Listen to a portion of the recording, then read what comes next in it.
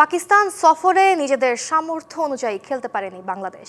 পুরো সিরিজেই হতাশ করেছে লিটন হৃদয়রা। তাই এটাকে শুধুই একটা সিরিজ হিসেবে নিয়ে নিজেদের পারফরম্যান্সের কিভাবে উন্নতি করা যায় সেটা নিয়ে ভাবতে বললেন হেড কোচ ফিল সিমন্স। লাহোরে ম্যাচ শেষে সংবাদ সম্মেলনে এসব কথা বলেন এই ক্যারিবিয়ান।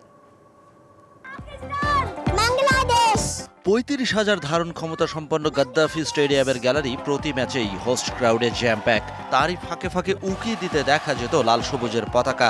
ম্যাচের আগে একটা জয় দেখার প্রত্যাশা নিয়ে সামান্য কিছু বাংলাদেশি দর্শকও প্রতীক্ষায় থাকত গ্যালারিতে।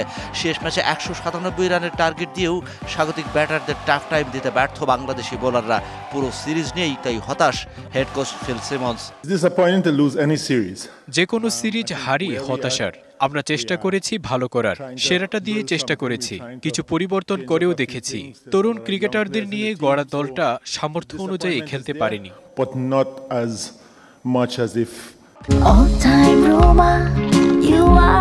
All time Roma.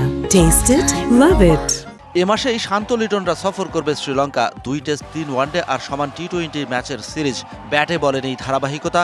মিশন পাকিস্তানে ক্লিন সুইপ সিমন্স ব্রিগেড। তাই তো পারফরমেন্স উন্নতিতে শিষ্যদের মনোযোগী হওয়ার পরামর্শ টাইগার বসের। অবশ্যই আমাদের দ্রুত উন্নতি করতে হবে এবং সেটা করতে চাই।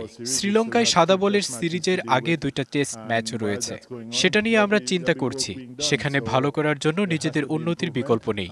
ছেলেদের পারফরমেন্স উন্নতির জন্য আরও কাজ করতে হবে।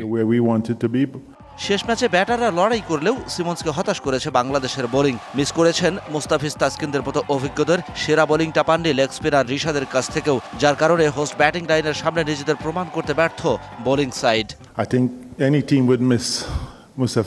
যে কোনো দলই মুস্তাফিজের মতো বোলারকে মিস করবে। এই উইকেটে মুস্তাফিজ তাসকিনদের মতো বোলারদের মিস না করার কারণ নেই।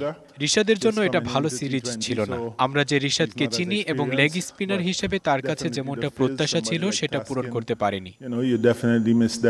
ওপেনিং পেয়ারে বুঝে শুনে খেলা, ফ্ল্যাট ব্যাটিং উইকেটে বোলিং অভিজ্ঞতা, এগুলোকেই প্রাপ্তি হিসেবে দেখছেন সিমন্স।